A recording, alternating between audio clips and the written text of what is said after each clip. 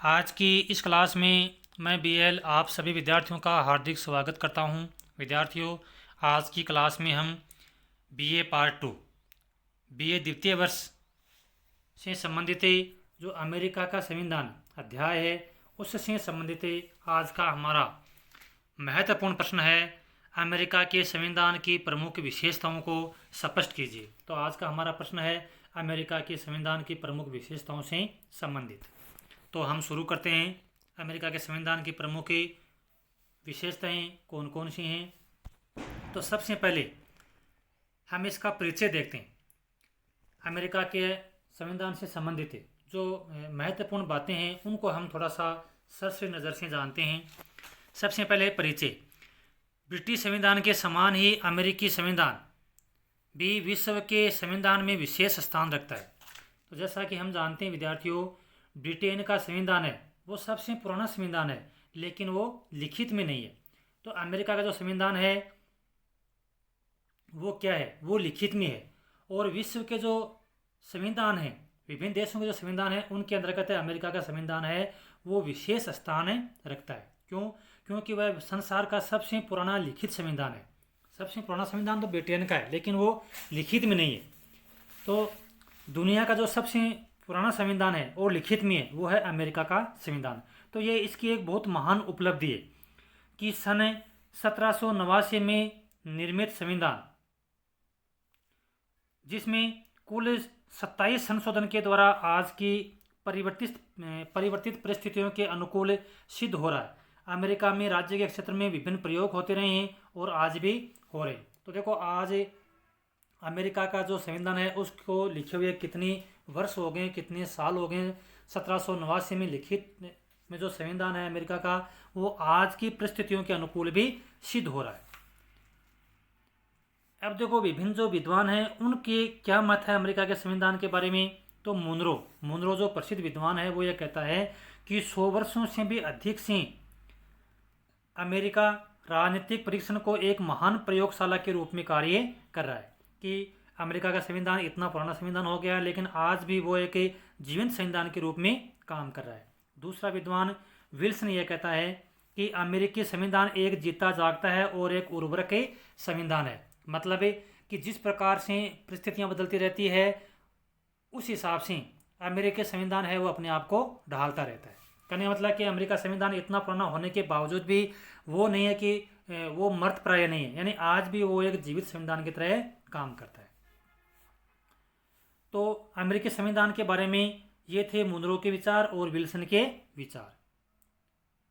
हालांकि बहुत सारे विद्वानों के विचार हैं, लेकिन जो मुख्य रूप से जो ये दो विद्वान हैं जिनकी परिभाषाएं बहुत ही अहम हैं, मायने रखती हैं, उनको मैंने अपने इस क्वेश्चन के अंतर्गत शामिल किया है। अब हम आगे बढ़ते हैं। अमेरिकी संविधान के प्रमुख विशेषताएं। तो देखो, सबसे पहले इसकी विशेषता है लिखित और संक्षिप्त संविधान, यानी लिखित में है और कुल मिलाकर देखा जाए तो अमेरिका का संविधान बहुत ही संक्षिप्त है, यानी एक तरह से सार रूप में लिखा हुआ, लंबा चौड़ा नहीं है भारतीय संविधान की तरह।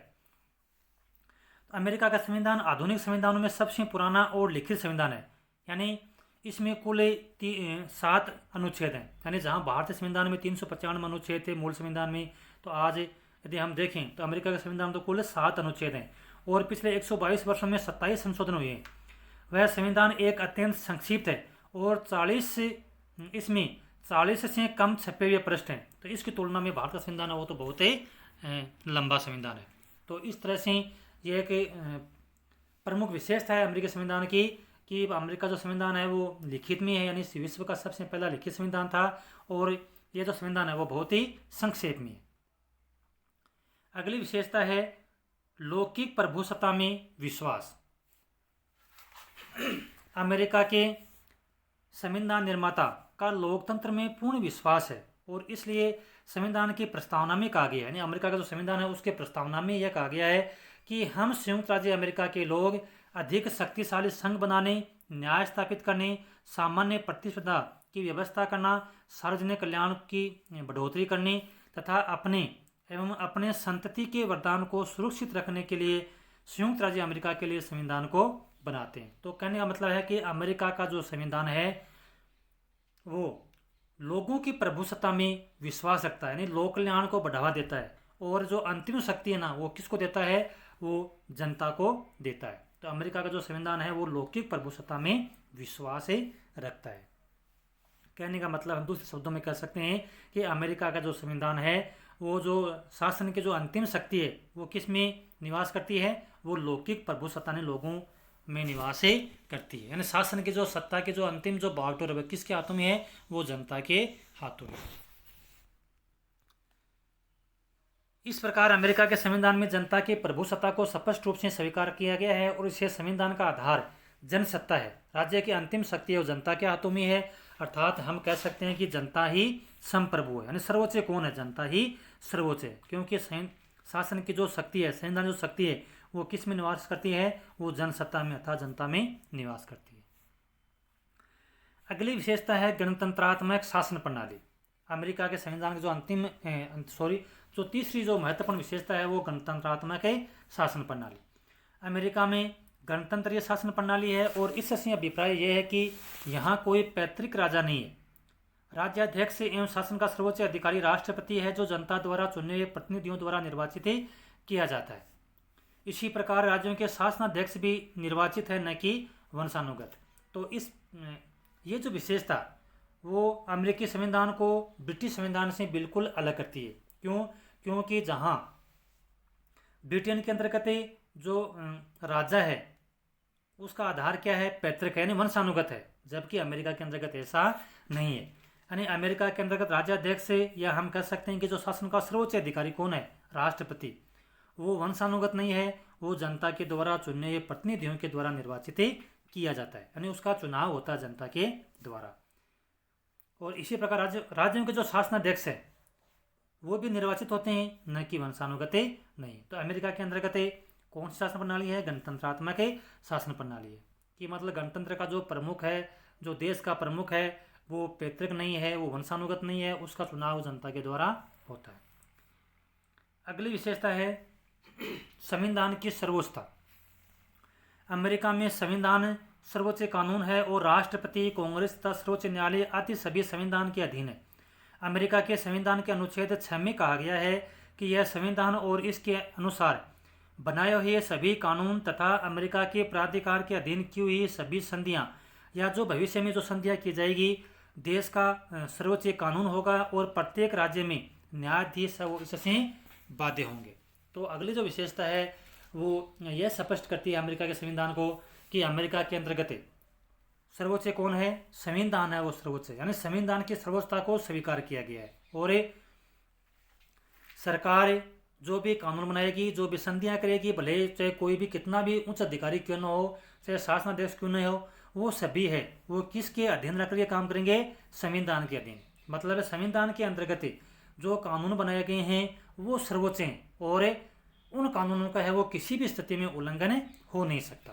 तो संविधान की सर्वोच्चता को अमेरिका के संविधान के अंतर्गत स्वीकार किया गया।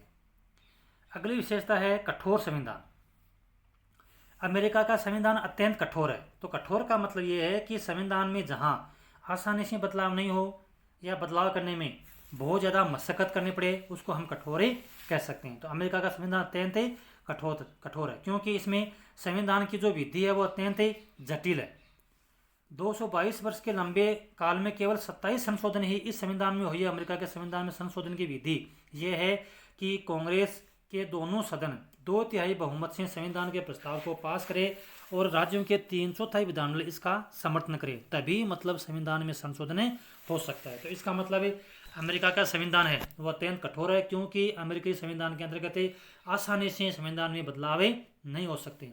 इसीलिए यह देखा जाता है कि 222 वर्षों के लंबे समय के अंतर्गत केवल अमेरिका के संविधान में अब तक 27 संशोधन हुए हैं। तो इसका मतलब है अमेरिका का संविधान है वो किस श्रेणी में आता है? वो कठोर संविधान की श्रेणी में आता है। कठोर संविधान का मतलब ये है कि अमेरिकी संविधान में जो बदलाव होते हैं वो आसानी से बदलाव नहीं हो सकते, जो प्रक्रिया वो बहुत ही जटिल है। अगली विशेषता है संघात्मक शासन प्रणाली।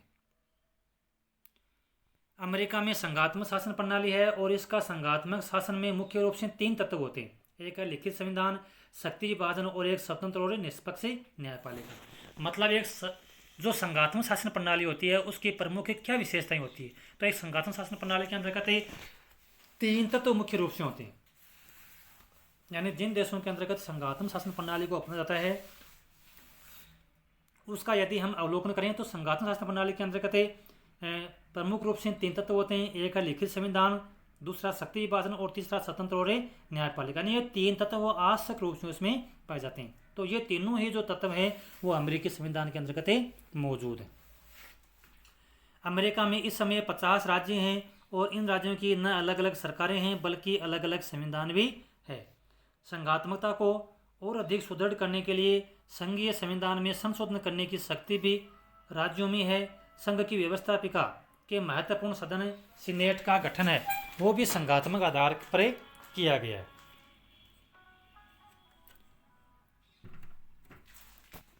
अगली विशेषता है अध्यक्षात्मक शासन प्रणाली। अमेरिका के संविधान निर्माता देश में एक ऐसी शासन व्यवस्था चाहते थे जो प्रजातांत्रिक भी हो और सशक्त, अस्थायी और मजबूत भी हो। इसलिए देश में अध्यक्षात्मक शासन प्रणाली स्थापित की गई।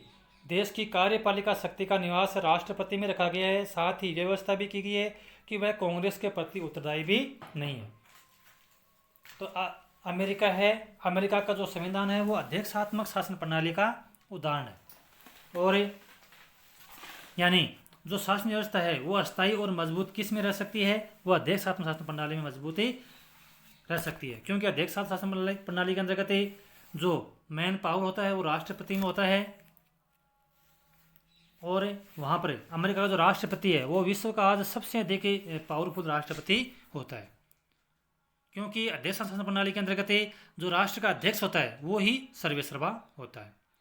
अगली है विशेषता न्यायिक सर्वोच्चता। ब्रिटेन में संसद सर्वोच्च है। इसके विपरीत अमेरिका में न्यायिक व्यवस्था का सिद्धांत लागू किया गया।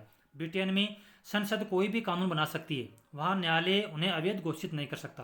परंतु अमेरिका में कांग्रेस के द्वारा पास किए हुए कोई भी कानून जो संविधान के विरुद्ध हो वहाँ के संघीय न्यायालय के द्वारा अवैध घोषित किया जा सकता है। तो इसका मतलब यह है कि अमेरिका के अंतर्गत जो न्यायालय है, संघीय न्यायालय है, उसकी सर्वोच्चता को स्वीकार किया गया। मतलब न्यायालय से ऊपर कोई भी संस्था नहीं है। संसद वहाँ पर सर्वोच्च नहीं है क्योंकि न्यायालय है उसको अमेरिका के अंतर्गत कांग्रेस के द्वारा जो भी कानून बनाए गए हैं उनको अवैध घोषित करने का अधिकार दिया है। इसका मतलब न्यायपालिका की सर्वोच्चता को स्वीकार किया गया है अमेरिका के संविधान में। अगली विशेषता है शक्ति पृथक्करण का सिद्धांत। अमेरिकी संविधान की एक महत्वपूर्ण विशेषता शक्ति पृथक्करण का सिद्धांत है। यह सिद्धांत मोंटेस्क्यू द्वारा प्रतिपादित किया गया था। तो विद्यार्थियों एक हमें यह ध्यान रखना है कि शक्ति पृथक्करण सिद्धांत किसके द्वारा प्रतिपादित किया गया था, तो वो किया गया था मॉन्टेस्क्यू के द्वारा। यानी शक्ति पृथक्करण सिद्धांत है उसकी शुरुआत कहाँ से हुई थी, अमेरिका के द्वारा। तो मॉन्टेस्क्यू के द्वारा शक्ति पृथक्करण का सिद्धांत प्रतिपादित किया था कि शासन की निरंकुशता पर प्रतिबंध लगाने के लिए आवश्यक है कि उसके तीनों अंग कार्यकारी, विधायी और न्यायिक, यानी कार्यपालिका, व्यवस्थापिका और न्यायपालिका, जो कि सरकार के प्रमुख 3 अंग होते हैं, उनको क्या किया जाए, उनको पृथक संस्थाओं द्वारा किया जाए। यानी इन जो तीनों संस्थाएं उनको पृथक पृथक किया जाए। क्योंकि ऐसा मानता है कि यदि तीनों संस्थाएं यदि एक जगह होगी, यदि एक जगह से संचालित होगी तो हो सकता है कि सत्ता का दुरुपयोग हो जाए। इसलिए इन तीनों शक्तियों का क्या होना चाहिए, पृथक्करण होना चाहिए। और अमेरिका में क्या है, अमेरिका में ऐसा ही किया गया। यानी कार्यपालिका, व्यवस्थापिका और न्यायपालिका तीनों पृथक पृथक संस्थाएं। कार्यपालिका संबंधित शक्तियां राष्ट्रपति के पास में है, व्यवस्थापिका संबंधित शक्तियां कांग्रेस में हैं और न्यायिक संबंधित शक्तियां वो सर्वोच्च न्यायालय के पास में। इस प्रकार अमेरिका के अंतर्गत जो सरकार के 3 अंग होते हैं, तीनों अलग अलग संस्थाएं, जहां कार्यपालिका शक्तियां वो राष्ट्रपति में, व्यवस्थापिका संबंधित शक्तियां वो कांग्रेस में और न्यायिक जो शक्तियां वो सर्वोच्च न्यायालय में निहित है। अगली है नियंत्रण व संतुलन का सिद्धांत। अमेरिका संविधान के निर्माताओं ने शक्ति विभाजन के सिद्धांत का प्रतिपादन किया, परंतु वे सरकार के तीनों अंगों को एक दूसरे से पूर्णतया पृथक अथवा स्वतंत्र न बना सके, क्योंकि ऐसा किया जाना न तो संभव है और न ही उचित है। अब देखो, जहां हमने ऊपर जो विशेषता पढ़ी थी शक्ति पृथक्करण का सिद्धांत, तो शक्ति पृथक्करण सिद्धांत का मतलब है कि अमेरिका में तीनों अंग क्या हैं, अलग अलग है। लेकिन तीनों अलग अलग होने का मतलब ये है नहीं है कि वो तीनों मतलब एक तरह से एकदम से पृथक हैं या अलग है। या उनमें कोई तालमेल नहीं है, क्योंकि ऐसा किया जाना अमेरिका के संविधान निर्माता उचित नहीं मानते थे। इसलिए उन्होंने क्या किया, नियंत्रण और संतुलन का सिद्धांत भी लागू किया। उन्होंने शक्ति विभाजन के सिद्धांत के साथ साथ सरकार के तीनों अंगों में संबंध स्थापित भी किए। इन संबंधों को स्थिर करने में उन्होंने नियंत्रण और संतुलन के सिद्धांत का पालन किया कि तीनों अंग हैं वो अलग थलग नहीं पड़ जाएं, तीनों में सामंजस्य भी होना चाहिए। तो इसके लिए उन्होंने नियंत्रण और संतुलन के सिद्धांत का पालन किया। इस सिद्धांत के अनुसार शासन का एक विभाग दूसरे विभाग पर इस प्रकार नियंत्रण रखता है कि शक्ति का एक शानदार संतुलन वो बन जाता है। तो देखो विद्यार्थियों, जैसा कि हमने ऊपर विशेषता पढ़ी थी शक्ति प्रदान का सिद्धांत, तो इसका मतलब यह है ना कि तीनों अंग बिल्कुल अलग थलग हैं या उनका एक दूसरे से कोई तालमेल नहीं है, समझ नहीं है, यानी उनमें आपस में नियंत्रण वो इस तरह से रखते हैं कि एक शानदार संतुलन बना रहता है। क्योंकि जो संविधान निर्माता थे वो इस बात को जानते थे कि यदि तीनों अलग थलग रहेंगे, अलग थलग पड़ गए, तो उसके बाद में जो एक सामंजस्य जो होना चाहिए वो उनमें नहीं रह पाएगा। इसलिए उन्होंने नियंत्रण और संतुलन के सिद्धांत का प्रतिपादन किया। अगला है अधिकार पत्र। अमेरिका के संविधान में व्यक्तियों के नागरिकों को स्पष्ट रूप से सम्मिलित किया गया है। नागरिकों को भाषण की स्वतंत्रता, धर्म को मानने की स्वतंत्रता, शांतिपूर्ण सभा करने, सरकार के पास अपनी शिकायत भेजने के अधिकार संबंधी स्वतंत्रता प्राप्त है। प्रारंभ में मूल संविधान में स्वतंत्रता प्राप्त नहीं थी, यानी इस प्रकार के जो हमने ऊपर नागरिकों को जो अधिकार देने की बात कही है ये मूल संविधान में नहीं थी, परंतु संविधान के प्रथम 10 संशोधनों द्वारा नागरिकों को यह मूलभूत अधिकार दिए गए हैं। कौन कौन से अधिकार दिए गए हैं? भाषण की स्वतंत्रता, धर्म को मानने की स्वतंत्रता, शांतिपूर्ण सभा करने और सरकार के पास अपने शिकायत भेजने के अधिकार संबंधी स्वतंत्रता प्राप्त है। यह एक तरह से नागरिकों को यह अधिकार पत्र के रूप में उनको ये सुविधाएं दी गई। अगला है दोहरी नागरिकता। अमेरिकी संविधान की अंतिम विशेषता है दोहरी नागरिकता, यानी अमेरिकी संविधान के 14वें संविधान संशोधन के द्वारा प्रत्येक अमेरिकी नागरिक को अपने राज्य की भी नागरिकता प्राप्त है और संघ की भी, यानी संघ की भी, और जिस राज्य के अंतर्गत नागरिक रह रहा है उस राज्य की नागरिकता उसको प्राप्त है। इस प्रकार अमेरिका के अंतर्गत वहाँ 2 नागरिकता हैं। एक संघ की नागरिकता के लिए नियम एक ही है, किंतु विभिन्न राज्यों की नागरिकता संबंधी नियमों में थोड़ी भिन्नता है। तो विद्यार्थियों, ये था आज का हमारा महत्वपूर्ण प्रश्न है, अमेरिकी संविधान की प्रमुख विशेषताएं। तो ये जो प्रश्न है ये परीक्षा की दृष्टि से बहुत ही इम्पोर्टेंट है और बहुत ही एक तरह से सारांश के रूप में, सार रूप में मैंने आपके सामने ये प्रस्तुत करने का प्रयास किया है। जय हिंद, जय भारत।